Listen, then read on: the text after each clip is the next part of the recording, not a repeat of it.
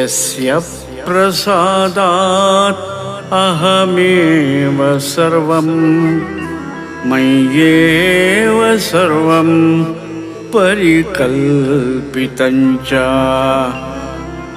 इत्थं विजानामि सदात्मतत्त्वं तस्याघ्रियुग्मं प्रणतोऽस्मि नित्यं तस्याघ्रियुग्मं प्रणतोऽस्मि नित्यम्।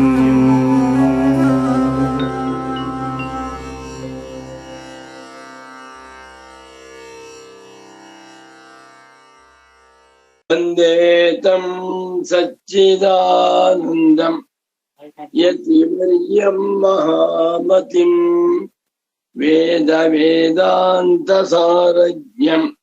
सद्गुरुं प्रणतोऽस्म्यहं श्रीगुरुं प्रणतोऽस्म्यहं सदाहं सम्प्रदायज्ञं संयमीन्द्रं सदाश्रयम् सद्गुरुं सच्चिदानन्दं सदाचारं समाश्रये। श्रीमच्छंकर भगवत् पूज्य पाद महासद्गुरुभ्यो नमः। श्री श्री सच्चिदानंदेन्द्र सरस्वती सद्गुरु पादुकाभ्यां नमः।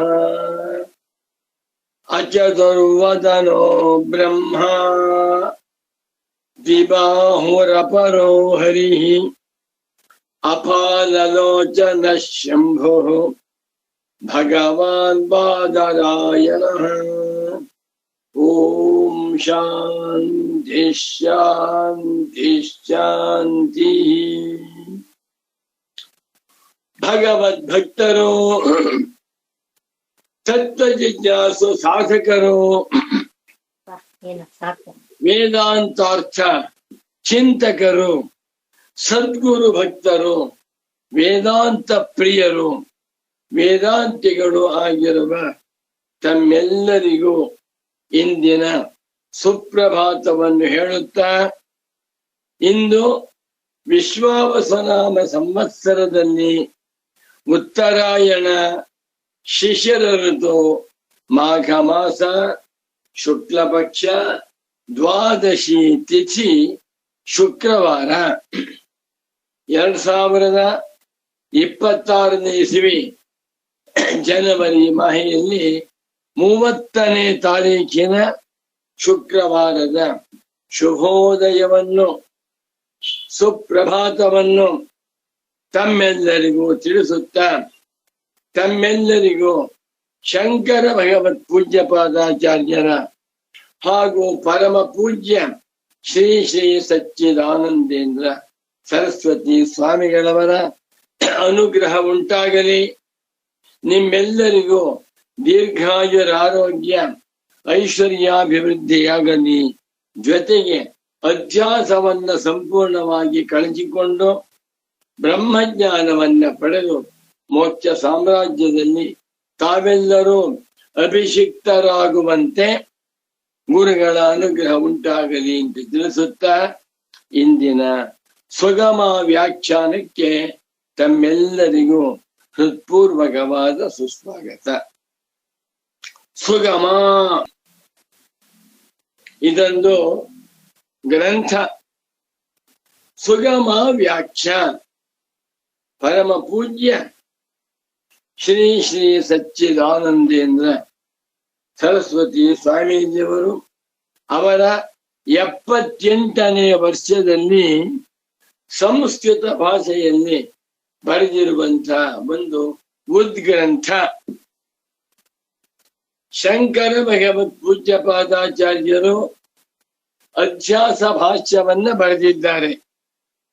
ಈ ಅಧ್ಯಾಸ ಭಾಷ್ಯ ಬ್ರಹ್ಮಸೂತ್ರ ಶಾಂಕರ ಭಾಷ್ಯಕ್ಕೆ ಮಾತ್ರ ಪೀಠಿಕಾ ರೂಪವಾದ ಭಾಷ್ಯವಲ್ಲ, ಇಡೀ ವೇದಾಂತ ದರ್ಶನಕ್ಕೆ ತಳಹದಿಯಾಗಿರುವಂತಹ ಭಾಷ್ಯ.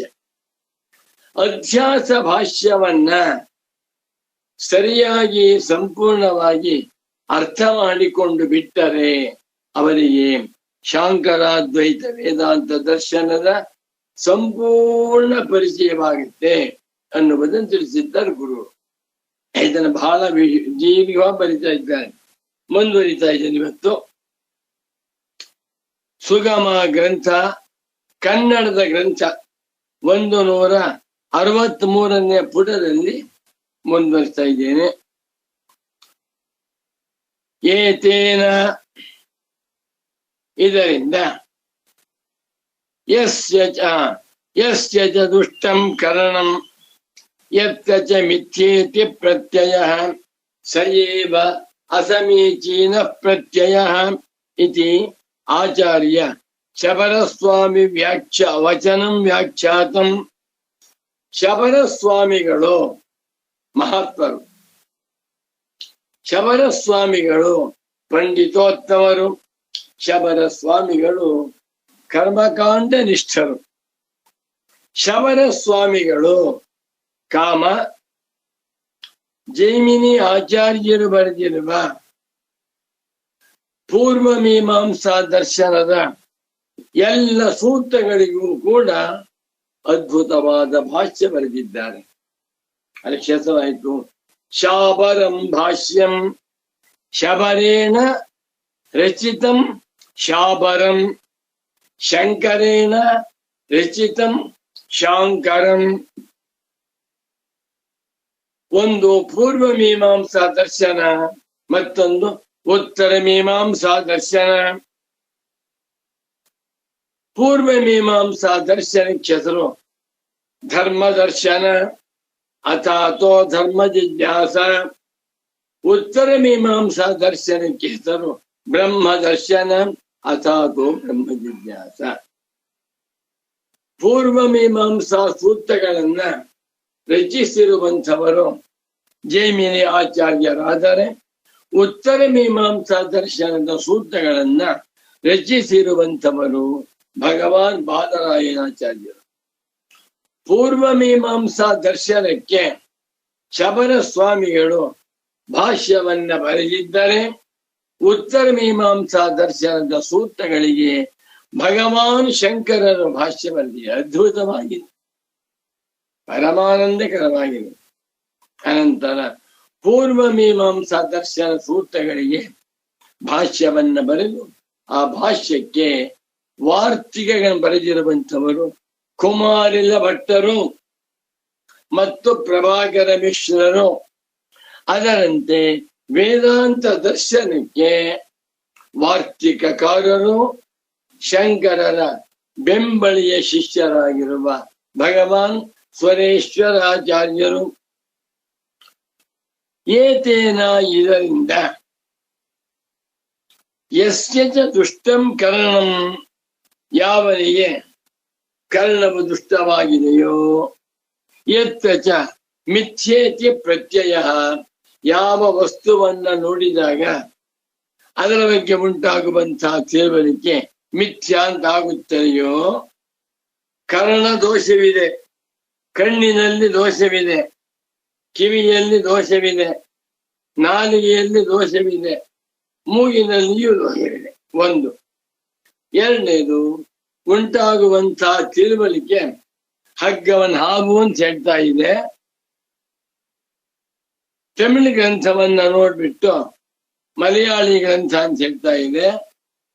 ವೇದಾಂತ ಪ್ರವಚನವನ್ನು ಕೇಳುತ್ತಾ ರಾಮಾಯಣ ಅಂತ ಹೇಳ್ತಾ ಇದೆ.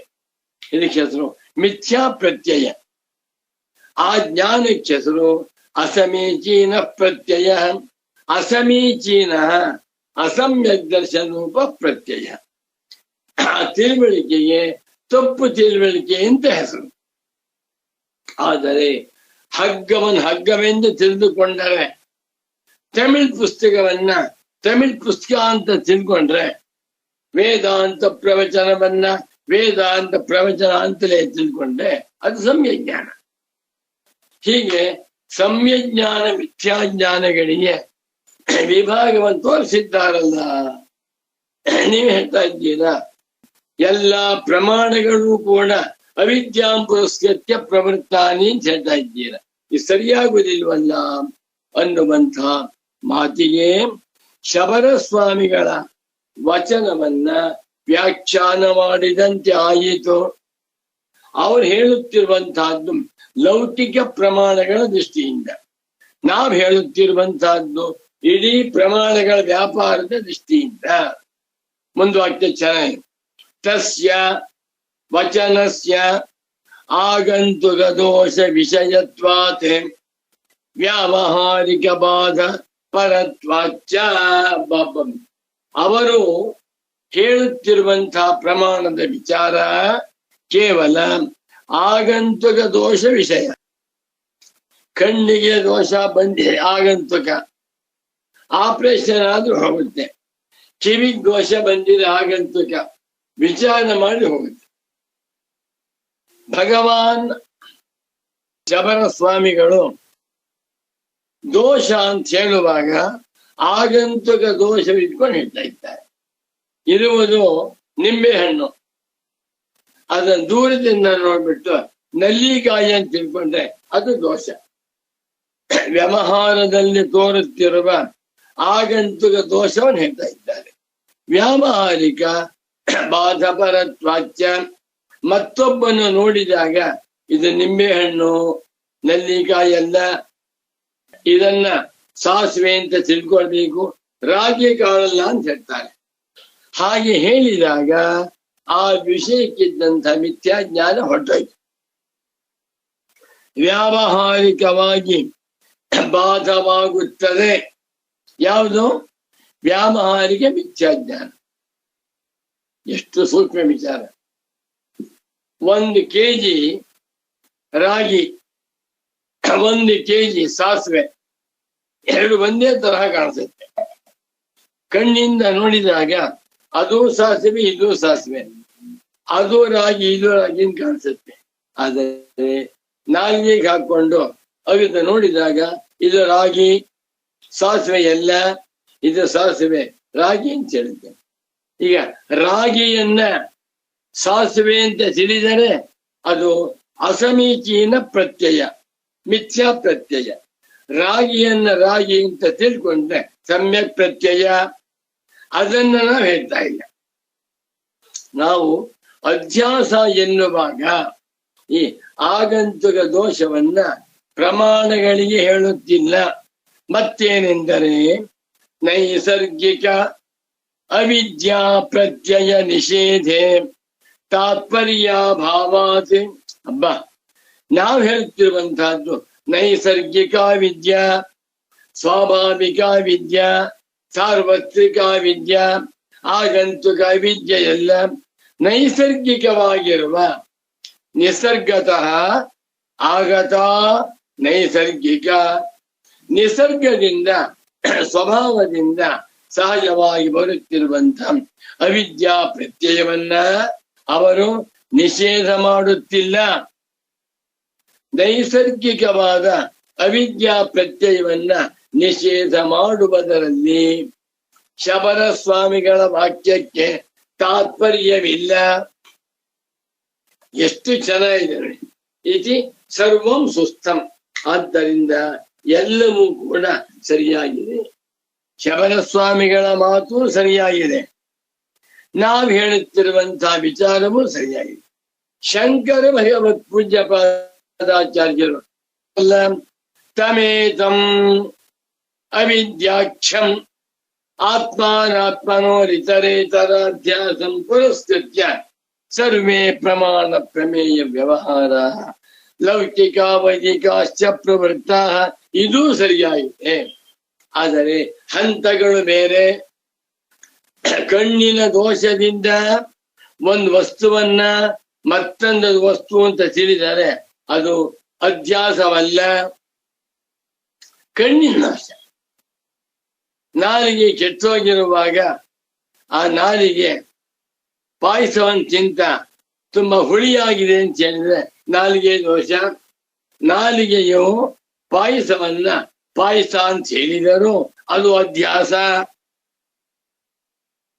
ಪ್ರಮಾಣಗಳು, ಶುದ್ಧ ಪ್ರಮಾಣಗಳು ನ್ಯಾಯವಾಗಿರುವ ಪ್ರಮಾಣಗಳು, ಸರಿಯಾಗಿರುವ ಪ್ರಮಾಣಗಳು, ಪ್ರಮೇಯಗಳನ್ನ ಸರಿಯಾಗಿ ತಿಳಿದರೂ ಅದು ಅಧ್ಯಾಸ. ಕಣ್ಣು ಸುಗಮ ಗ್ರಂಥವನ್ನ ಸುಗಮ ಗ್ರಂಥ ಎಂದು ತಿಳಿದರೆ ಅದು ಲೋಕದಲ್ಲಿ ಸಂಯಜ್ಞಾನ, ವೇದಾಂತದ ದೃಷ್ಟಿಯಿಂದ ಅದು ಅಧ್ಯಾಸ ಪುರಸ್ಸರ. ಬಹಳ ಚೆನ್ನಾಗಿದೆ ನೋಡಿ.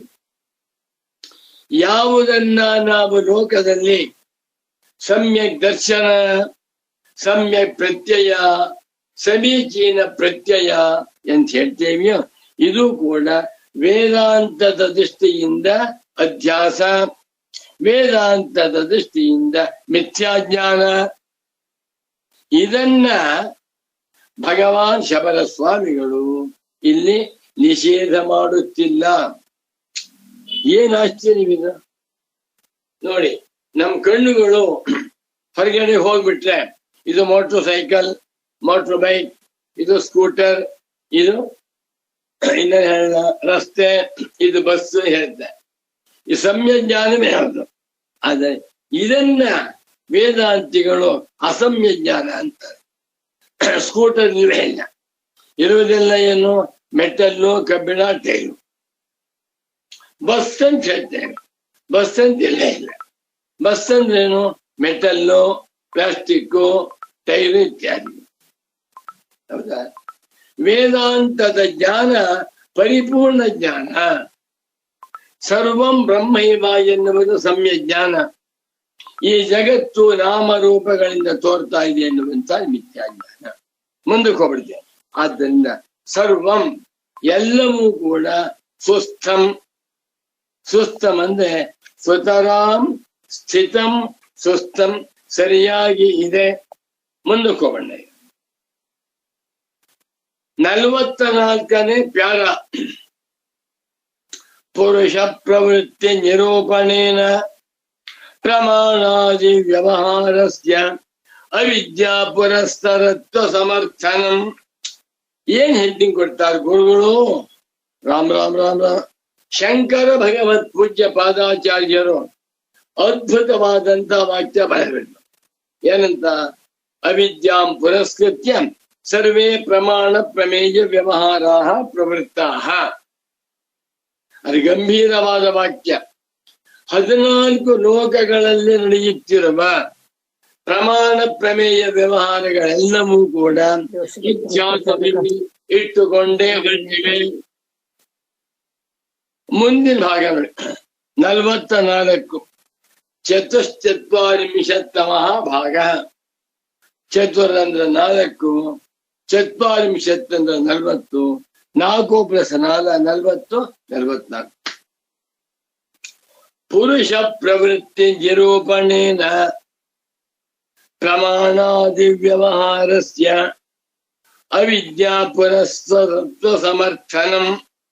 ಗುರುಗಳು ಕೊಟ್ಟಿರುವಂತ ಈಗ ಪುರುಷ ಪ್ರವೃತ್ತಿ ನಿರೂಪಣೇನ, ಪುರುಷರು ಪ್ರಮಾಣಗಳನ್ನ ಬಳಸಿ ಪ್ರಮೇಯಗಳನ್ನ ಅರಿತುಕೊಳ್ಬೇಕು ಅಂತ ಹೋಗ್ತಾ ಇದ್ದಾರೆ.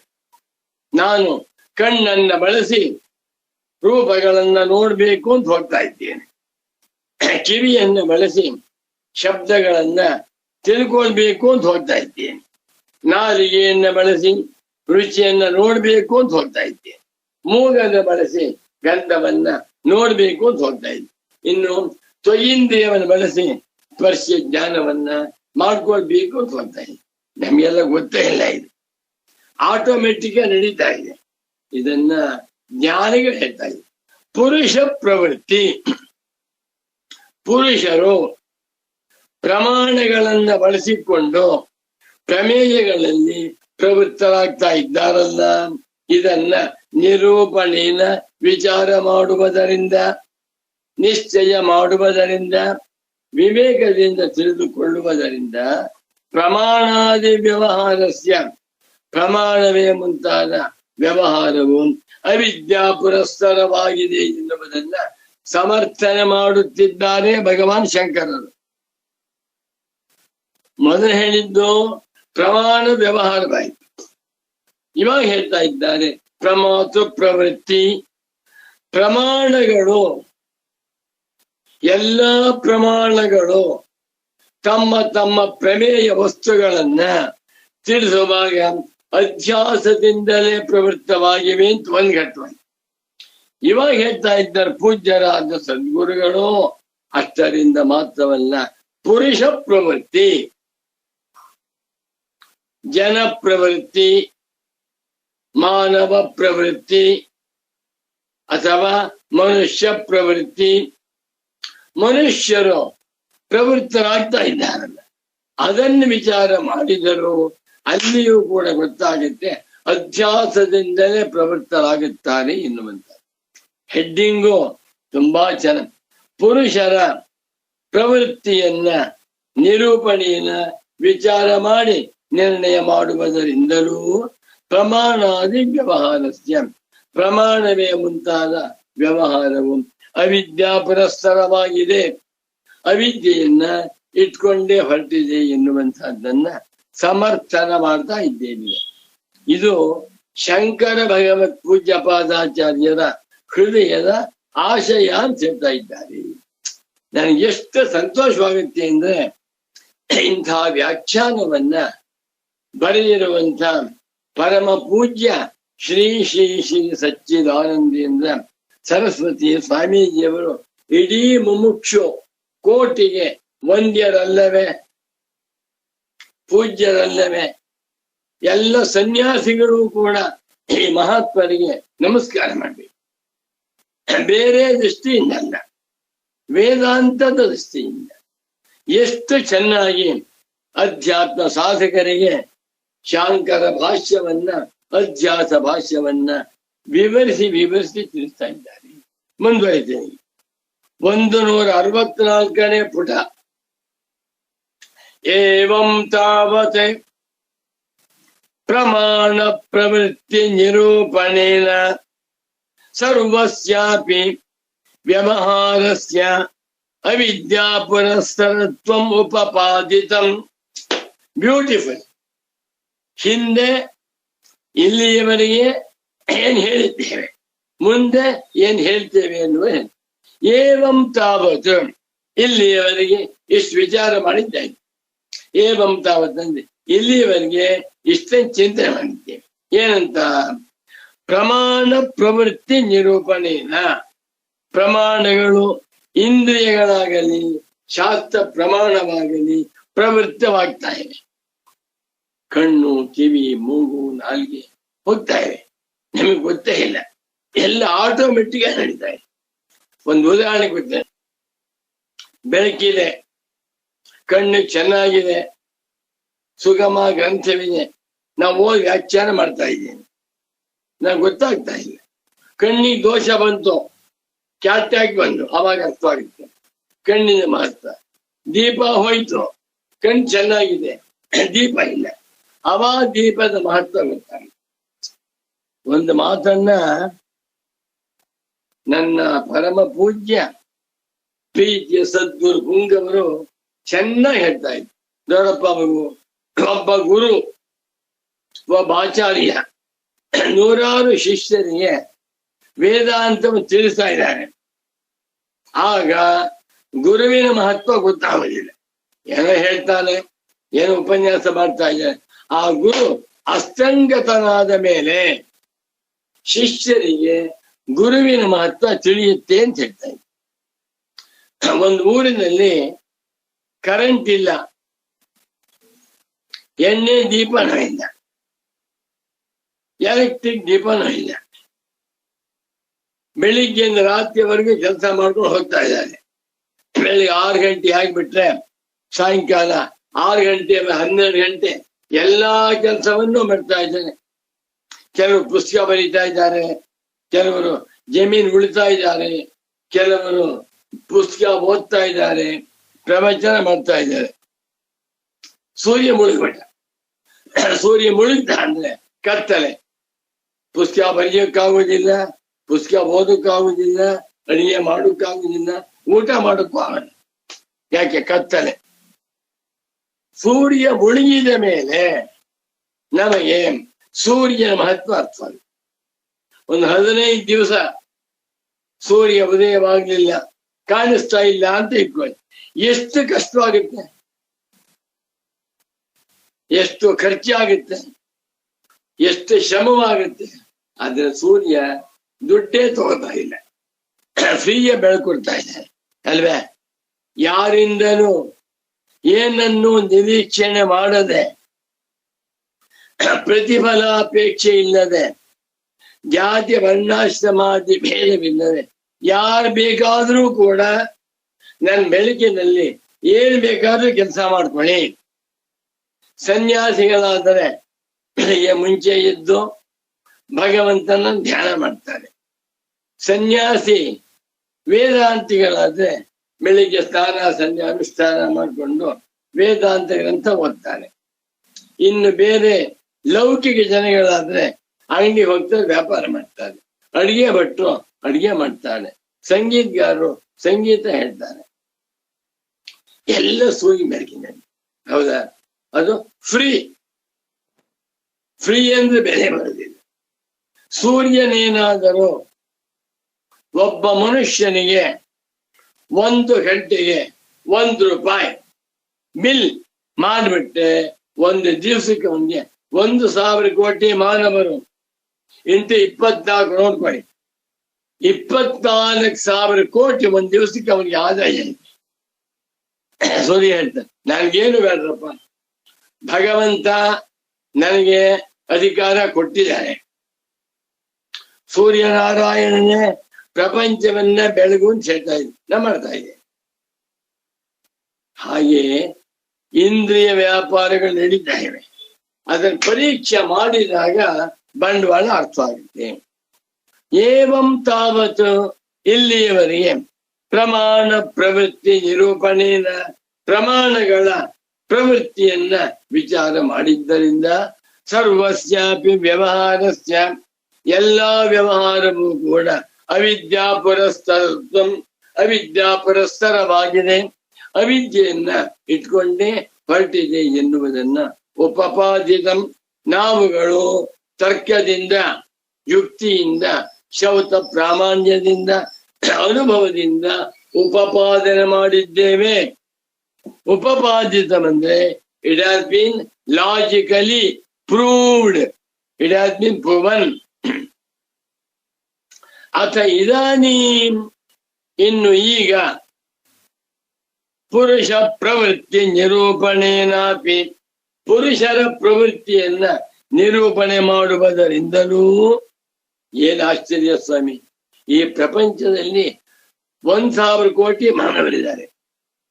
1,000 ಕೋಟಿ ಮಾನವರು ಕೂಡ ಪ್ರವೃತ್ತರಾಗ್ತಾ ಇದ್ದಾರೆ. ಬೆಳಿಗ್ಗೆ ಆದ್ರೂ ಸರಿ, ಬೆಳಿಗ್ಗೆ 8 ಗಂಟೆ ಆಯ್ತು ಅಂದ್ರೆ ಏನೇನೋ ವ್ಯವಹಾರ ಮಾಡ್ತಾ ಇರ್ತಾರೆ. ಈ ಪ್ರವೃತ್ತಿಯನ್ನ, ಪುರುಷನ ಪ್ರವೃತ್ತಿಯನ್ನ ನಿರೂಪಣೇನ, ನಿಶ್ಚಯೇನ, ರೂಪಣಂ ನಿರೂಪಣ್, ಸರಿಯಾಗಿ ವಿಮರ್ಶೆ ಮಾಡುವುದರಿಂದಲೂ ನಮ್ಗೆ ಅರ್ಥ ಆಗತ್ತೆ. ಏನಂತ? ಎಲ್ಲ ಪ್ರಮಾಣ ವ್ಯವಹಾರಗಳು ಅವಿದ್ಯಾ ಪುರಸ್ತ. ಅಥ ಇದಾನಿಂ ಪುರುಷ ಪ್ರವೃತ್ತಿ ನಿರೂಪಣೇನಾಪಿ ತದುಪಪಾದಯಿತು ಕಾಮ ತತ್ ಅಧ್ಯಾಸ ಪುರಸ್ತರತ್ವಂ ಉಪಪಾದಯಿತುಂ ನಿರ್ಣೇತುಂ ನಿಶ್ಚೇತುಂ ಕಾಮಃ ಯಸ್ಯ ಸಹ ತದುಪಪಾದಯಿತು ಕಾಮಃ ಭಗವಾನ್ ಶಂಕರಃ. ಬಾಬಾ ಏನ್ ಚೆನ್ನಾಗಿ ಬರೀತಾರೆ, ಎಷ್ಟು ಚೆನ್ನಾಗಿದೆ. ಪುರುಷರ ಪ್ರವೃತ್ತಿಯನ್ನ ನಿರೂಪಣೆ ಮಾಡುವುದರಿಂದಲೂ ನಮಗೆ ಎಲ್ಲ ವ್ಯವಹಾರಗಳು ಅಧ್ಯಾಸ ಪುರಸ್ತರವಾಗಿವೆ ಎನ್ನುವಂತ, ಅದನ್ನ ಉಪಪಾದಯಿತು ಕಾಮಃ, ಉಪಪಾದಯಿತು ಕಾಮಃ ಯಸ್ಯ ಸಹ ಉಪಪಾದಯಿತು ಕಾಮಃ. ಪರಮ ಪೂಜ್ಯ ಸದ್ಗುರು ಪುಂಗವರಾದ ಶ್ರೀ ಶ್ರೀ ಶ್ರೀ ಸಚ್ಚಿದಾನಂದೇಂದ್ರ ಸರಸ್ವತಿ ಸ್ವಾಮಿಗಳವರು ಇಂಥ ವಾಕ್ಯ ಬಂದಾಗ 10 ಉದಾಹರಣೆ. ಗಂತುಂ ಕಾಮಃ ಯಸ್ಯ ಸಹ ಗಂತು ಕಾಮಃ, ಶ್ರೋತುಂ ಕಾಮಃ ಯಸ್ಯ ಸಹ ಶ್ರೋತು ಕಾಮಃ, ಪಠಿತುಂ ಕಾಮಃ ಯಸ್ಯ ಸಹ ಪಠಿತು ಕಾಮಃ ದ್ರಷ್ಟುಂ ಕಾಮಃ ಯಸ್ಯ ಸಹ ದ್ರಷ್ಟು ಕಾಮಃ ಹತ್ತು ಸೇರ್ಬಿಡ್ತಾ ಇದ್ವಿ. ದ್ರಷ್ಟು ಕಾಮಃ ಅಂದ್ರೇನು? ನೋಡಬೇಕೆಂಬ ಆಶೆ ಉಳ್ಳವನಾಗಿ. ಗಂತುಂ ಇಚ್ಛು ಜಿಗಿಮಿಷು ಗಂತುಂ ಕಾಮಃ ಯಸ್ಯ ಸಹ ಗಂತು ಕಾಮಃ ಅಹಂ ಗಂತು ಕಾಮಃ ಸರ್ವಂ ವ್ಯವಹಾರಂ ಪರಿಸಮಾಪಾಮಿ. ನಾನು ಊರು ಬಿಟ್ಟು ಹೋಗ್ಬೇಕು ಮಾಡ್ತಾ ಇದ್ದೇನೆ, ವ್ಯವಹಾರವನ್ನೆಲ್ಲ ಮುಗಿಸ್ತಾ ಇದ್ದೇನೆ. ಸರಿ, ತದುಪಪಾದಯಿತು ಕಾಮಃ ಅಂತಂದ್ರು ಒಂದೇ, ತತ್ ಉಪಪಾದಯಿತು ಒಂದು ಬಂದಿದೆ. ಅದನ್ನ ಉಪಪಾದನ ಮಾಡುವುದಕ್ಕಾಗಿ ಹೇತ್ವಂತರಂ ಅನ್ಯಃ ಹೇತು ಹೇತ್ವಂತರಂ ತತ್ ಬೇರೊಂದು ಹೇತುವನ್ನ ಉಪಸ್ಥಾಪಯತಿ ನಮ್ಮ ಕಣ್ಣು ಮುಂದೆ ಇಡ್ತಾ ಇದ್ದಾರೆ. ಯಾರು? ಭಗವಾನ್ ಶಂಕರ. ಅಂಡರ್ಸ್ಟುಡ್? ಏನಂತ? ಪಶ್ವಾದಿಭಿಶ್ಚ ವಿಶೇಷಾತು ಇತಿ. ಪಶ್ವಾದಿಭಿಶ್ಚ ಪಶು ಪಕ್ಷಿ ಮುಂತಾದವುಗಳ ಜೊತೆಯಲ್ಲಿ ಮನುಷ್ಯರ ಮಾಡುತ್ತಿರುವಂತಹ ವ್ಯವಹಾರಗಳು ಅವಿಶೇಷವಾಗಿವೆ. ಹಬ್ಬ, ಪಶು ಎಂದರೆ ಹಸು, ಪಶು ಎಂದರೆ ಎಮ್ಮೆ, ಪಶು ಎಂದರೆ 4 ಕಾಲಿನ ಪ್ರಾಣಿಗಳು. ಕುದುರೆ, ನಾಯಿ, ನರಿ, ಕತ್ತೆ, ಕುದುರೆ, ಸಿಂಹ, ಹುಲಿ. ಅವುಗಳ ವ್ಯವಹಾರಕ್ಕೂ ಮಾನವನ ವ್ಯವಹಾರಕ್ಕೂ ಏನೇನು ವ್ಯತ್ಯಾಸವಿಲ್ಲ. ಏನ್ ಸ್ವಾಮಿ ಇದು? ಪಶ್ವಾದಿಭಿಶ್ಚ ಮನುಷ್ಯ ವ್ಯವಹಾರಸ್ಯ ಅವಿಶೇಷ. ಈ ಪ್ರಪಂಚದಲ್ಲಿ ಎಂತೆಂಥ ಘಟಾಂಘಟಿಗಳಿದ್ದಾರೆ.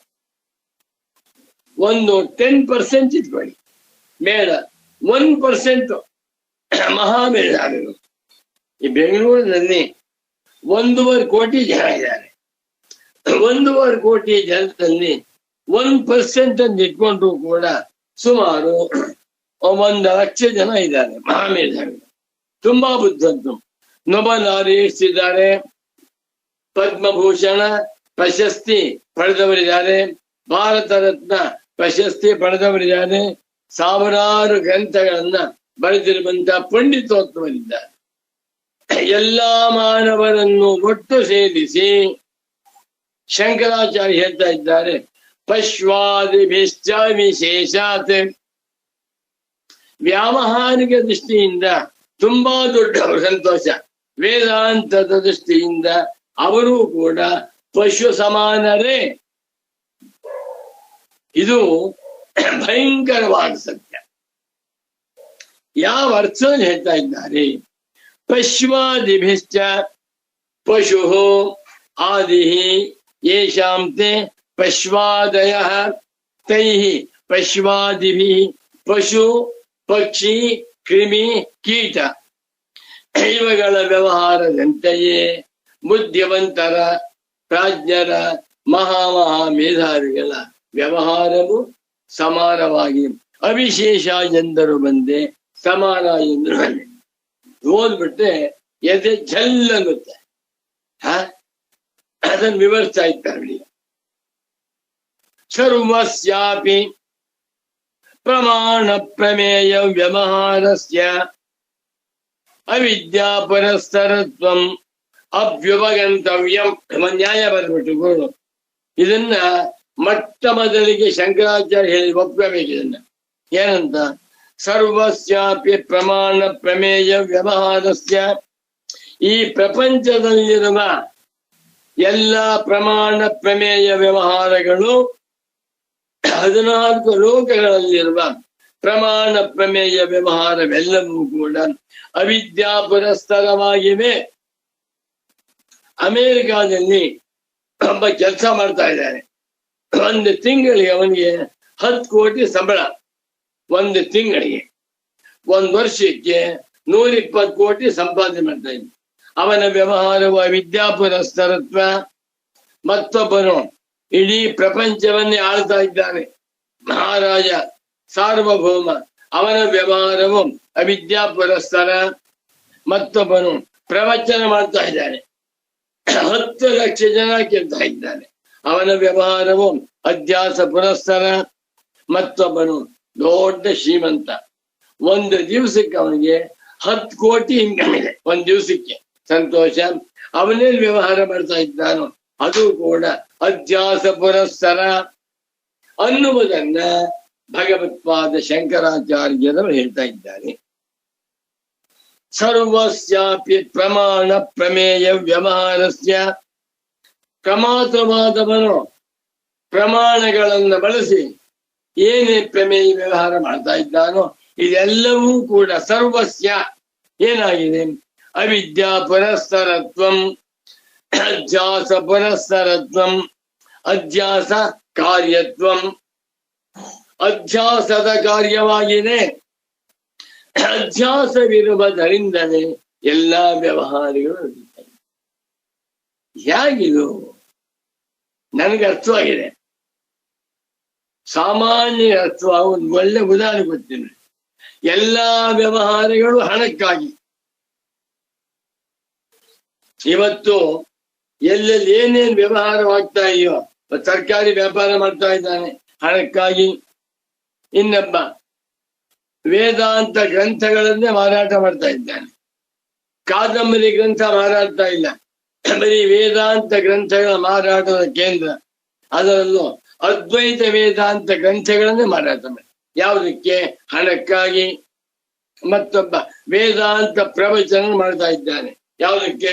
ಹಣಕ್ಕಾಗಿ. ವೇದಾಂತ ಗ್ರಂಥಗಳನ್ನೇ ಬರಿತಾ ಇದ್ದಾನೆ. ಯಾಕೆ? ಹಣಕ್ಕಾಗಿ. ದೊಡ್ಡ ದೊಡ್ಡ ದೇವಸ್ಥಾನಗಳಲ್ಲಿ ಬಹಳ ಮಡಿಯಿಂದ ದರ್ಶನ ಮಾಡಬೇಕು ಅಂತ ನಿಯಮ ಮಾಡಿದ್ದಾರೆ. ಅಲ್ಲಿ ತುಂಬಾ ಜನ ಬರ್ತಾ ಇದ್ದಾರೆ. ಯಾಕೆ? ಹಣಕ್ಕಾಗಿ. ಒಪ್ತೀರಾ? ಚಿನ್ನ ಬೆಳ್ಳಿ ವ್ಯಾಪಾರ ಮಾಡ್ತಾ ಇದ್ದಾರೆ. ಯಾಕೆ? ಹಣಕ್ಕಾಗಿ. ಸನ್ಯಾಸಿಗಳು ತೀರ್ಥ ಕ್ಷೇತ್ರಗಳಲ್ಲಿ ಕೂತ್ಕೊಂಡು ಧ್ಯಾನ ಮಾಡ್ತಾ ಇರ್ತಾರೆ. ಯಾಕೆ? ಹಣಕ್ಕಾಗಿ. ಏನ್ ಹೇಳ? ಈ ಪ್ರಪಂಚ ಹೂ ವ್ಯಾಪಾರ ಮಾಡ್ತಾರೆ ಹಣಕ್ಕಾಗಿ. ಕೆಲವು ದೇವರನ್ನೇ ವ್ಯಾಪಾರ ಮಾಡ್ತಾರೆ. ದೇವರ ವ್ಯಾಪಾರ. ಮಹಾವಿಷ್ಣುವನ್ ತಗೊಳ್ಳಿ, ಅಥವಾ ಶಾಲಿಗ್ರಾಮವನ್ನು ಕೊಂಡ್ಕೊಳ್ಳಿ, ಮಹಾಗಣಪತಿಯನ್ನು ತಗೊಳ್ಳಿ. ಯಾಕೆ? ಹಣಕ್ಕಾಗಿ. ಇನ್ನು ಯಂತ್ರ ಮಾರಾಟ ಮಾಡ್ತಾರೆ. ರಾಜೇಶ್ವರಿ ಹೇಳ್ತಿರ್ತಾರೆ ಟಿವಿನಲ್ಲಿ, ಇಂಥ ಸ್ವದರ್ಶನ ಯಂತ್ರ, ಆಂಜನೇಯ ಯಂತ್ರ, ಮಾರುತಿ ಯಂತ್ರ, ಸುಬ್ರಹ್ಮಣ್ಯ ಯಂತ್ರವನ್ನು ತಗೊಳ್ಳಿ, ಅದಕ್ಕೆ 10,000 ರೂಪಾಯಿ ಆಗುತ್ತೆ, 5,000 ರೂಪಾಯಿ ಡಿಸ್ಕೌಂಟ್ ಕೊಡ್ತೇವೆ ಅಂತ. ಯಾಕೆ? ಹಣಕ್ಕಾಗಿ. ಹೋಗ್ತೀರಾ? ಅಡಿಗೆ ಭಟ್ಟ ರುಚಿ ರುಚಿಯಾಗಿ ಅಡಿಗೆ ಮಾಡ್ತಾ ಇದ್ದಾನೆ, ತುಂಬಾ ಪ್ರಸಿದ್ಧ ಆಗಿದ್ದಾನೆ. ಯಾಕೆ? ಹಣಕ್ಕಾಗಿ. ಸಂಗೀತಗಾರರು ಸೊಗಸ ಸಂಗೀತ ಅಭ್ಯಾಸ ಮಾಡಿ ಹೇಳ್ಕೊಡ್ತಾರೆ. ಯಾಕೆ? ಹಣಕ್ಕಾಗಿ. ಹೋಗ್ತೀರಾ? ಈ ಬೆಂಗಳೂರಿನಲ್ಲಿ ಪ್ರತಿ ದಿವಸ ಒಂದು 50 ಲಕ್ಷ ಜನ ವ್ಯಾಪಾರ ಮಾಡ್ತಾರೆ. ಯಾಕೆ? ಹಣಕ್ಕಾಗಿ. ಬಸ್ ಕಂಡಕ್ಟರ್ ಬಸ್ಸಿನಲ್ಲಿ ಭಕ್ತರನ್ನ ತಿರುಪತಿ ಕರ್ಕೊಂಡು ಹೋಗ್ತಾನೆ. ಯಾಕೆ? ಸಂಬಳಕ್ಕಾಗಿ. ಆ ಬಸ್ ಮಾಲೀಕ ಬಸ್ ಅನ್ನು ಫ್ರೀಯಾಗಿ ಕರ್ಕೊಂಡು ಹೋಗ್ತಾನೆ ದೇವಸ್ಥಾನಕ್ಕೆ. ಯಾಕೆ? ಹಣಕ್ಕಾಗಿ. ಹೌದಾ? ಎಲ್ಲಾ ವ್ಯವಹಾರಗಳು ಹಣದಿಂದ. ಯಾವನಿಗೆ ಹಣ ಬೇಕಾಗಿಲ್ವಾ? ಏನು ಮಾಡಕು? ಉಪನ್ಯಾಸ ಮಾಡಲ್ಲ, ಪುಸ್ತಕ ಬರೆಯಲ್ಲ, ಏನು ಮಾಡ? ನನ್ ಹಣ ಬೇಕಾಗಿಲ್ಲ. ನ ಕರ್ಮಣ ನ ಪ್ರಜೆಯ ಧನೇನ. ಬಾ, ಯಾವ ಮನುಷ್ಯನಿಗೆ ಹಣ ಬೇಕಾಗಿಲ್ಲ, ಏನು ಮಾಡಿ? ಏನು ಪ್ರವೃತ್ತಿ ಕಾಣ್ತಾ ಇದೆಯೋ ಹಣಕ್ಕಾಗಿ. ಅಕಾಮಸ್ಯ ಕ್ರಿಯಾ ಕಾಚಿತ್ ದೃಶ್ಯತೆ ನೇಹ ಕರಿಹಿಚಿತ್ ಯದ್ಯದ್ಧಿ ಕುರುತೆ ಜಂತು ತತ್ತತ್ ಕಾಮಸ್ಯ ಚೇಷ್ಟಿತಂ. ಗುರುಗಳ ಮಾತು ಎಲ್ಲಿ ಬಹಳ ಚೆನ್ನಾಗಿದೆ.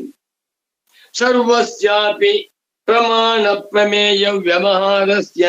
ಎಲ್ಲಾ ಪ್ರಮಾಣ ಪ್ರಮೇಯ ವ್ಯವಹಾರಗಳು ಆಧ್ಯಾತ್ಮಿಕ, ಆದಿಭೌತಿಕ, ಆದ್ಯ ದೈವಿಕ, ವೈದಿಕ, ಅವೈದಿಕ, ಶಾಸ್ತ್ರೀಯ, ಶಾಸ್ತ್ರ ನಿಷಿದ್ಧ, ವೇದಾಂತ, ಎಲ್ಲಾ ವ್ಯವಹಾರಗಳು ಅಧ್ಯಾಸವನ್ನ ಇಟ್ಟುಕೊಂಡೇ ಹೊರಟಿವೆ ಎನ್ನುವುದು ಪರಮ ಸಿದ್ಧಾಂತ.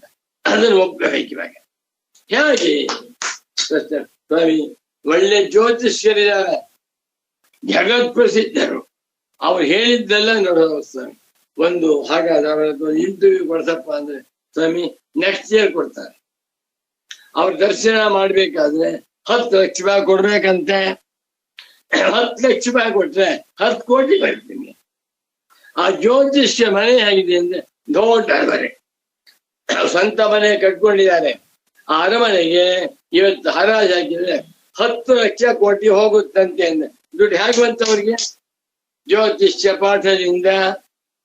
ಆದ್ರಿಂದ ಬಾಯಲ್ಲಿ ಹೇಳ್ತಾರೆ ಹಣ ಬೇಡ ಅಂತ ಬರೀ ಸುಳ್ಳು. ಹಣ ಬೇಡ ಅಂತಿದ್ರೆ ಯಾಕೆ ವ್ಯವಹಾರ ಮಾಡ್ಬೇಕು? ಅದೇ ತರಹ ಎಲ್ಲಾ ಪ್ರಮಾಣ ಪ್ರಮೇಯ ವ್ಯವಹಾರಗಳು ಅವಿದ್ಯಾ ಪುರಸ್ಸರ, ಅಧ್ಯಾಸ ಪುರಸ್ಸರವಾಗಿದೆ ಎನ್ನುವ ಶಾಂಕರ ಭಾಷ್ಯವನ್ನ ಅಭ್ಯುಪಗಂತವ್ಯವೊಪ್ಪಬೇಕು. ಅದರ ಮೇಲೆ ಚರ್ಚೆ ಮಾಡ್ತಾ ಇದ್ದೀವಿ. ಅದೇ ಪ್ರತಿಜ್ಞಾ ವಾಕ್ಯ. ಸರ್ವೇ ಪ್ರಮಾಣ ಪ್ರಮೇಯ ವ್ಯವಹಾರ ಅಧ್ಯಾಸಂ ಪುರಸ್ಕೃತ್ಯ ಪ್ರವೃತ್ತಾ. ಕೆಲವು ಪುಣ್ಯಾತ್ಮರು ದೊಡ್ಡ ದೇವಸ್ಥಾನ ಕಟ್ತಾರೆ. ಯಾಕೆ? ಅದರಲ್ಲೂ ಹಣ ಬರಲಿ ಅಂತ. ಹಣವಲ್ಲ ಕೀರ್ತಿ, ಯಾವುದು ಕಾಮವುಳ್ಳವರಾಗಿ ಎಲ್ಲಾ ವ್ಯವಹಾರವನ್ನು ಮಾಡ್ತಾರೆ. ಈಗ ಮುಂದಿನ ಮಾತಾಡ ಅವಿದ್ಯಾಮಂತರೇಣ ಅಧ್ಯಾಸಂ ವಿನಾ ಪ್ರಮಾತೃತ್ವಸ್ಯೈವ ಅಸಿದ್ಧೇಹೇ ಇತ್ಯುಕ್ತಂ. ಹಿಂದಿನ ಭಾಗದಲ್ಲಿ ಇತ್ಯುಕ್ತಂ ಹೀಗೆ ಹೇಳಲ್ಪಟ್ಟಿದೆ. ನಾವು ಹೇಳಿದ್ದೇವೆ ಏನಂತ, ಅವಿದ್ಯಾ ಇಲ್ಲದೆ ಹೋದರೆ ಪ್ರಮಾತೃವಿಗೆ ಪ್ರಮಾತೃತ್ವವೇ ಸಿದ್ಧವಾಗುವುದಿಲ್ಲ. ಮೊಟ್ಟ ಮೊದಲಿಗೆ ಪ್ರಮಾತೃವಾಗಿರುವ ಆತ್ಮ ಬ್ರಹ್ಮ ಸ್ವರೂಪನಾಗಿದೆ.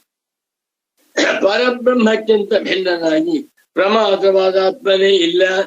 ಯಾವಾಗ ಇವನು ತನ್ನನ್ನ ನಾನೊಬ್ಬ ಪ್ರಮಾತ ಅಂತ ಮಾಡ್ಕೋತಾನೋ, ಪ್ರಮಾತ ಜ್ಞಾತ ದಷ್ಟ ವಿಜ್ಞಾತ ಅಂತ ಮಾಡ್ಕೊಳ್ತಾನ, ಅಲ್ಲಿಂದ ಪ್ರಾರಂಭವಾಯಿತು ಯಾವುದು? ಅಧ್ಯಾಸ. ಅಧ್ಯಾಸವಿಲ್ಲದೆ ಹೋದರೆ ಜೀವಾತ್ಮನಿಗೆ ಜೀವಾತ್ಮತ್ವವಾಗಲಿ ಪ್ರಮಾತೃತ್ವವಾಗಲಿ ಅಸಿದ್ಧೇ ಸಿದ್ಧಿಸುವುದಿಲ್ಲ. ವಾಕ್ಯ ಆಗಿದೆ ಅವಿದ್ಯಾಮಂತರೇಣ. ಅವಿದ್ಯೆ ಇಲ್ಲದೆ ಹೋದರೆ ಪ್ರಮಾತೃತ್ವಸ್ಯೈವ, ಪ್ರಮಾತೃತ್ವವೇ ಅಸಿದ್ಧತ್ವ ಸಿದ್ಧವಾಗುವುದಿಲ್ಲ. ಏನು ಬರೀತಾರೆ ಸ್ವಾಮಿ ಗುರುಜಿಯವರು? ಸಚ್ಚಿದಾನಂದೇಂದ್ರ ಸರಸ್ವತಿ ಸದ್ಗುರುಗಳೇ, ನೀವು ಸಾಕ್ಷಾತ್ ಪರಬ್ರಹ್ಮ ಸ್ವರೂಪರು, ನೀವೇ ಸಾಕ್ಷಾತ್ ಗೌಡಪಾದ ಸ್ವರೂಪರು, ನೀವೇ ಶಂಕರಾಚಾರ್ಯರ ಅಪರಾವತಾರ, ನೀವೇ ಭಗವಾನ್ ಸ್ವರೇಶ್ವರಾಚಾರ್ಯರು, ನೀವೇ ಭಗವಾನ್ ರಮಣ ಮಹರ್ಷಿಗಳು. ರಮಣ ಮಹರ್ಷಿಗಳು ಕೂಡ ಇಷ್ಟು ಚೆನ್ನಾಗಿ, ಇಷ್ಟು ಸುಸ್ಪಷ್ಟವಾಗಿ, ಇಷ್ಟು ಗಂಭೀರವಾಗಿ, ಇಷ್ಟು ಆಳವಾಗಿ, ಇಷ್ಟು ಸುಲಭವಾಗಿ ವೇದಾಂತವನ್ನು ಉಪದೇಶ ಮಾಡುತ್ತಿರಲಿಲ್ಲ. ರಮಣ ಮಹರ್ಷಿಗಳು ಬ್ರಹ್ಮಜ್ಞಾನಿಗಳು, ಜೀವನ್ ಮುಕ್ತರ ಸಂತೋಷ, ಅವರಿಗೆ ಶಾಸ್ತ್ರ ಪಾಂಡಿತ್ಯವಿರಲಿಲ್ಲ. ಆದರೆ ಸಚ್ಚಿದಾನಂದೇಂದ್ರ ಸರಸ್ವತಿ ಸ್ವಾಮೀಜಿಯವರು ಭಗವಾನ್ ರಮಣ ಮಹರ್ಷಿಗಳಂತೆ ಬ್ರಹ್ಮನಿಷ್ಠರೂ ಹೌದು, ಜೀವನ್ ಮುಕ್ತರು ಹೌದು, ಪಂಡಿತೋತ್ತಮರು ಹೌದು, ಮತ್ತು ಶಾಸ್ತ್ರಜ್ಞಾನ ಸಂಪನ್ನರು. ಆದ್ದರಿಂದ ಇಂತಹ ವಾಕ್ಯ ಬರೀತಾ ಇದ್ದಾರೆ. ಅವಿದ್ಯಾ ಇಲ್ಲದೆ ಹೋದರೆ ಅವರಿಗೆ ಪ್ರಮಾತೃತ್ವವೇ ಸಿದ್ಧಿಸುವುದಿಲ್ಲ ಎನ್ನುವುದನ್ನ ಹಿಂದೆ ಹೇಳಿದ್ದೇವೆ. ಇವನು ಅತ್ರ ಇದಂ ಅಪರಂ ಆಶಂಕ್ಯ ಪರಿಶ್ರಿಯತೆ. ಇಷ್ಟು ಹಳೆ ಪಾಠವಾಯ್ತು. ಈಗ ಇಲ್ಲಿ ಇನ್ನೊಂದು ಅಪರಂ, ಹೊಸ ವಿಚಾರವನ್ನ ಆಶಂಕ್ಯ ಶಂಕಿಸಿಕೊಂಡು ಆಕ್ಷೇಪಣೆ ಹಾಕಿಕೊಂಡದಕ್ಕೆ ಪರಿಹಾರವನ್ನು ಹೇಳ್ತಾ ಇದ್ದೇವೆ. ನಿರ್ಣಯವಾಯಿತು. ಎಲ್ಲಾ ಪ್ರಮಾಣ ಪ್ರಮೇಯ ವ್ಯವಹಾರಗಳು ಕೂಡ ಅಧ್ಯಾಸ ಪುರಸ್ಸರವಾಗಿವೆ. ಅಧ್ಯಾಸವಿಲ್ಲದೆ ಹೋದರೆ ಪ್ರಮಾತೃತ್ವವೇ ಹೊಂದುವುದಿಲ್ಲ ಅಂತ ಹೇಳ್ತಾ ಇದ್ದೆ. ಮುಂದಿನ ಭಾಗದಲ್ಲಿ ಮತ್ತೊಂದು ಆಕ್ಷೇಪವನ್ನು ಹಾಕಿಕೊಂಡು ಆಕ್ಷೇಪಕ್ಕೆ ಪರಿಹಾರವನ್ನು ಹೇಳುತ್ತೇವೆ. ಅಪರಂ ಆಶಂಕ್ಯ, ಅಪರಂ ಆಕ್ಷೇಪಂ ಆಶಂಕ್ಯ ಉದಾಹೃತ್ಯ ಪರೀಕ್ಷೀಯತೆ ಪರಿಹಾರ ಕರ್ಮಣಿ ಪ್ರಯೋಗ. ಸ್ಯಾನ್ನಾಮ ಅವಿಚಾರ ಸ್ವಭಾವ ಪ್ರೇರಿತಾನಾಂ ಪೃಥಕ್ ಜನಾನಾಂ ಪ್ರತ್ಯಕ್ಷಾದಿ ವ್ಯವಹಾರಃ ಅವಿದ್ಯಾ ಪರಸ್ತರ ಇತಿ ನ ತಾವತಾ ವಿವೇಕಿನಾಮಪಿ ಪುರುಷಾಣಾಂ ತಾದೃಶಾ ಏವ ವ್ಯವಹಾರಃ ಇತಿ ವದಿತುಂ ಶಕ್ಯತೆ. ಬ್ಯೂಟಿಫುಲ್ ಆಕ್ಷೇಪ. ಸ್ವಾಮಿ ಹೇಳಿ ಸರಿಯಾಯ್ತು. ಏನು? ಸ್ಯಾನ್ನಾಮ ಆಗಲಿ, ಸ್ಯಾತ್ ಆಗಬಹುದು, ಹಾಗಾಗ್ಲಿ ಅದು ಒಪ್ಕೋಬೇಡ. ಯಾವುದು? ಪ್ರಮಾಣ ಪ್ರಮೇಯ ವ್ಯವಹಾರಗಳೆಲ್ಲವೂ ಕೂಡ ಅಧ್ಯಾಸದಿಂದಲೇ ಆಗುತ್ತೇವೆ ಅಂತ ಹೇಳಿದೆ. ಅದನ್ನ ಸ್ಯಾನ್ನಾಮ ಆಗಬಹುದು, ಒಪ್ಕೊಳ್ತೇವೆ. ಆದರೆ ಅವಿಚಾರ ಸ್ವಭಾವ ಪ್ರೇರಿತಾನಾಂ ಪೃಥಕ್ ಜನಾನಾಂ ಪ್ರತ್ಯಕ್ಷಾದಿ ವ್ಯವಹಾರ ಅವಿದ್ಯಾ ಪುರಸ್ತರ ಇತಿ ಸ್ಯಾನ್ನಾಮ ಆಗಬಹುದು. ಏನು? ಅವಿಚಾರ ಸ್ವಭಾವ ಪ್ರೇರಿತರ ಯಾರು ವಿಚಾರವನ್ನ ಮಾಡದೆ ಹಿಂದು ಮುಂದೆ ಯೋಚನೆ ಮಾಡದೆ ವ್ಯವಹಾರ ಮಾಡ್ಕೊಂಡು ಹೋಗ್ತಾ ಇದ್ದಾರೆ ಅಂತ ದಡ್ಡರ ವ್ಯವಹಾರ. ಪೃಥಕ್ ಜನಾನ, ಪೃಥಕ್ ಜನ ಅಂತ ದಡ್ಡರು, ಅವಿವೇಕಿಗಳು, ಇನ್ಸಿಗ್ನಿಫಿಕೆಂಟ್. ಅವರಿಗೆ ಅಂದ್ರೆ ಯಾರೋ ಭಿಕ್ಷೆ ಮಾಡ್ತಾ ಇದ್ದಾರೆ, ಬಸ್ ಸ್ಟಾಂಡ್ ಅಲ್ಲಿ ಕೂತ್ಕೊಂಡು ಅಮ್ಮ ದುಡ್ಡು ಕೊಡಿ ಅಂತ ಹೇಳ್ತಾರೆ. ಅವರ ವ್ಯವಹಾರವನ್ನ ಅವಿದ್ಯಾ ಪುರಸ್ಕಾರ ಅಂತ ಒಪ್ಕೊಳ್ತೇವೆ. ಇನ್ನು ಈ ಇದರಲ್ಲಿ ಬೆಂಗಳೂರಿನಲ್ಲಿ ಸ್ಟಾಫ್ಸ್ ಸರ್ಕಲ್ ತುಂಬಾ ಜನ ಬಿಡ್ತಾರೆ, 100 ವೆಹಿಕಲ್ ಓಡಾಡುತ್ತೆ. 4 ರಸ್ತೆ ಕೂಡುದು. ಅಂತ ಕಡೆ ಭಿಕ್ಷಕರು ಬಂದು ಅಮ್ಮ ದುಡ್ಡು ಕೊಡಿ ಅಂತ ಹೇಳ್ತಾರೆ. ನಾವು ಕುರುಡ್ರು ಅಂತ ಹೇಳ್ತಾರೆ, ಕಿವಿ ಕೇಳಿಸೋಲ್ಲ ಅಂತಾರೆ. ಅಂಥವರ ವ್ಯವಹಾರವನ್ನು ಬೇಕಾದ್ರೆ ಅವಿದ್ಯಾ ಪುರಸ್ಕಾರ. ಯಾಕೆ? ಅವರನ್ನ ಪೃಥಕ್ ಜನ, ಅವರ ದರಿದ್ರರು, ಅವಿವೇಕಿಗಳು, ಅವರ ಲೆಕ್ಕಕ್ಕೆಲ್ಲ ಜಮಕ್ಕಿಲ್ಲ. ಯಾರು ಅವರ ಮನುಷ್ಯ ಲೆಕ್ಕಕ್ಕೆ ಹೋಗ್ತಾ ಇಲ್ಲ. ನೋಡಿ ಚೆನ್ನಾಗಿದೆ. ಅವಿಚಾರ ಸ್ವಭಾವ ಬುದ್ಧಿ ಇಲ್ವಾ? ನಾವು ಮನುಷ್ಯರಾಗಿ ಹುಟ್ಟಿದ್ದೇವೆ, ಸಂಪಾದನೆ ಮಾಡ್ಬೇಕು, ಭಿಕ್ಷೆ ಮಾಡಬಾರ್ದು ಅನ್ನುವಂಥ ಬುದ್ಧಿ ಇದೆ. ಕಳ್ತನ ಮಾಡ್ತಾನೆ, ಮೋಸ ಮಾಡ್ತಾನೆ, ಅತ್ಯಾಚಾರ ಮಾಡ್ತಾನೆ. ಅಂಥವರ ವ್ಯವಹಾರಗಳನ್ನ ಬೇಕಾದ್ರೆ ಅವಿದ್ಯಾಪುರಸ್ತರ. ಕಳ್ತನ ಮಾಡು ಸರಿಯೋ ತಪ್ಪೋ? ಸರ್ವಥಾ ತಪ್ಪು. ಅವನಿಗೆ ಗೊತ್ತಿದೆ, ವಿಚಾರ ಮಾಡಿ. ಮತ್ತೊಬ್ಬರ ವಸ್ತು ಕಳ್ತನ ಮಾಡಬಾರ್ದು ಗೊತ್ತಿಲ್ಲ ಅವನಿಗೆ, ಅಭ್ಯಾಸ ಆಗ್ಬಿಟ್ಟು. ಸ್ವಾಮಿ ಕಳ್ಳತನ ವೃತ್ತಿ ಅಂತ ಹೇಳ್ತಾರೆ. ಏನ್ ಹೇಳ? ಇದೆಲ್ಲ ದಿನ ನೋಡ್ತಾ ಇದೆ. ಕಳ್ಳತನ, ಮೋಸ, ಅನ್ಯಾಯ, ವಂಚನೆ, ಈ ವ್ಯವಹಾರಗಳನ್ನ ಬೇಕಾದರೆ ಅವಿಚಾರ ಸಿದ್ಧವಾಗಿರುವುದರಿಂದ ಈ ವ್ಯವಹಾರವನ್ನ ಮಾಡುತ್ತಿರುವ ಪೃಥಕ್ ಜನಾನ, ನೀಚ ಜನಾನ, ಪೃಥಕ್ ಜನಾನ, ಕ್ಷುದ್ರ ಜನಾನ, ಪೃಥಕ್ ಜನಾನ, ಅಜ್ಞ ಜನಾನ, ಅಜ್ಞರಾಗಿರುವಂತಹ ಮನುಷ್ಯರ ಪ್ರತ್ಯಕ್ಷಾದಿ ವ್ಯವಹಾರಗಳನ್ನ ಬೇಕಾದರೆ ಅವಿದ್ಯಾ ಪುರಸ್ಸರಾನ್ನಿ. ಕರೆಕ್ಟ್. ಕೋರ್ಟ್ ಹೋದ್ರೆ ಶಿಕ್ಷೆ ಕೊಡ್ತಾರ ಅವನಿಗೆ. ಯಾಕೆ? ತಪ್ಪು ಮಾಡಿದೆ. ಇನ್ಯಾರು ವೇದಾಧ್ಯಯನ ಸಂಪನ್ನರಾಗಿ, ಸದಾಚಾರ ಸಂಪನ್ನರಾಗಿ ಸದ್ವಿಚಾರವನ್ನು ಮಾಡ್ತಾ ಇದ್ದಾರೋ ಅವ್ರ ಮೇಲೆ ಒಂದು ಕೇಸು ಇಲ್ಲ. ಹೌದಾ? ಒಬ್ಬ ಮನುಷ್ಯನಿಗೆ 95 ವರ್ಷ ವಯಸ್ಸಾಗಿದೆ. ಗೃಹಸ್ಥ, ತನ್ನ ಪಾಡಿ ತಾನಿದ್ದುಕೊಂಡು ಒಳ್ಳೆ ಕುಟುಂಬಿಯಾಗಿ ಹೆಂಡತಿ, ಮಕ್ಕಳು, ಮೊಮ್ಮಕ್ಕಳು, ಮನೆ ಮಕ್ಕಳ ಜೊತೆ ಆನಂದವಾಗಿದ್ದಾನೆ. ವೇದಾಂತ ಓದ್ತಾ ಇದ್ದಾನೆ. ಅವನ ಮೇಲೆ ಒಂದು ಕೇಸ ಇಲ್ಲ. ಮಹಾ ಬುದ್ಧಿವಂತ, ಪರಾಕ್ರಮಶಾಲಿ, ಸಂಪಾದನೆ ಮಾಡಿದ್ದಾನೆ. ಅವನ ಮನೆಗೆ 10 ಜನ ಸೇರಿ ಹೋದರೂ ಕೂಡ ಎಲ್ಲ ಸರಿ ಗೊತ್ತಾಗ್ತಾ ಇದೆ. ಅಂಥ ಮನುಷ್ಯ ಮಾಡುತ್ತಿರುವ ವ್ಯವಹಾರ ಅವಿದ್ಯಾ ಪುರಸ್ಸರ್ವ. ಹೌದು. ಸ್ಯಾನ್ನಾಮ ಅವಿಚಾರ ಸ್ವಭಾವದಿಂದ ಪ್ರೇರಿತರಾಗಿ ಸಾಮಾನ್ಯ ಜನಗಳು, ಶುದ್ಧರಾದಂತಹ ಮನುಷ್ಯರು ಮಾಡುವ ಪ್ರತ್ಯಕ್ಷಾದಿ ವ್ಯವಹಾರಗಳನ್ನು ಬೇಕಾದರೆ ಅವಿದ್ಯಾ ಪುರಸ್ಸರ. ಯಾಕೆ ಕಳ್ತನ ಮಾಡ್ದ? ಅವಿದ್ಯೆಯಿಂದ. ಯಾಕೆ ಮೋಸ ಮಾಡ್ದ? ಅವಿದ್ಯೆಯಿಂದ. ಯಾಕೆ ಹೆತ್ತಂತ ತಾಯಿಯನ್ನೇ ಕುತ್ತಿಗೆ ಕತ್ತರಿಸ್ದ? ಅವಿದ್ಯೆಯಿಂದ. ಅವನ ಶಿಕ್ಷೆ ಆಗಿದೆ. ಯಾರು ಸದಾಚಾರ ಸಂಪನ್ನರಾಗಿ 100 ವರ್ಷ ಬದುಕಿದ್ರು ಸಹಿತ ಒಂದು ದೋಷವೇ ಇಲ್ಲವೋ ಅಂಥವರ ವಿಷಯಕ್ಕೆ ಅವಿದ್ಯಾ ಪುರಸ್ಸರ ಅಂತ ಹೇಳ್ಬಾರ್ದು. ಈ ಪ್ರಪಂಚದಲ್ಲಿ, ಈ ಕರ್ನಾಟಕದಲ್ಲಿ 100 ವರ್ಷ ದಾಟಿರುವಂತ ಮಹಾತ್ಮರು ನನ್ನ ಅಂದಾಜ 100 ಜನ ಇದ್ದಾರೆ. ಶತಾಯುಷಿಗಳು. ಕರ್ನಾಟಕದಲ್ಲಿರುವ 10 ಕೋಟಿ ಮಾನವರಲ್ಲಿ 100 ಜನವಾದರೂ ಕೂಡ 100 ವರ್ಷ ಬದುಕಿರ್ತಾರೆ. 101, 102, 103 ಅಂತ. ಅವರಲ್ಲಿ ಒಂದು ಅಪರಾಧವೇ ಇಲ್ಲ. ತಮ್ಮ ಪಾಡಿಗೆ ತಾವಿತ್ಕೊಂಡು ಜಪ ತಪ ಮಾಡಿ ಸಂತೋಷವಾಗಿರ್ತಾರೆ. ಅವರು ಮಾಡುವಂತಹ ವ್ಯವಹಾರ ಅಧ್ಯಾಸ ಪುರಸ್ಸರವ ಅಲ್ಲ ಅಂತ ಪೂರ್ವ ಬಗ್ಗೆ ಇದ್ದಾನೆ. ಅವಿಚಾರ ಸ್ವಭಾವ ಪ್ರೇರಿತರಾಗಿರುವ ಸಣ್ಣ ಜನಗಳು ಮಾಡುವ ಪ್ರತ್ಯಕ್ಷಾದಿ ವ್ಯವಹಾರಗಳನ್ನ ಅವಿದ್ಯಾ ಪುರಸ್ಸರ ಅಂತೇಳಿ ಆಗ್ಬಹುದು. ಆದರೆ ನ ತಾವತ ಅಷ್ಟು ಮಾತ್ರದಿಂದ ವಿವೇಕಿನಾಮಪಿ ಪುರುಷಾಣ MSc ಮಾಡಿದ್ದಾರೆ, ಡಬಲ್ PhD ಮಾಡಿದ್ದಾರೆ, ಅಮೆರಿಕಾದಲ್ಲಿ ದೊಡ್ಡ ಕೆಲಸ ಮಾಡ್ತಾನೆ, ಯಾವುದೋ ಒಂದು ಕಂಪನಿಯಲ್ಲಿ CEO ಆಗಿದ್ದಾನೆ, ಇಡೀ ಒಂದು ರಾಷ್ಟ್ರಕ್ಕೆ ಒಬ್ಬ ಮಹಾತ್ಮನಾಗಿ ಅಧಿಕಾರಿಯಾಗಿದ್ದಾನೆ ಅಂದ್ರೆ ಅವರ ವಿವೇಕಿಗಳು.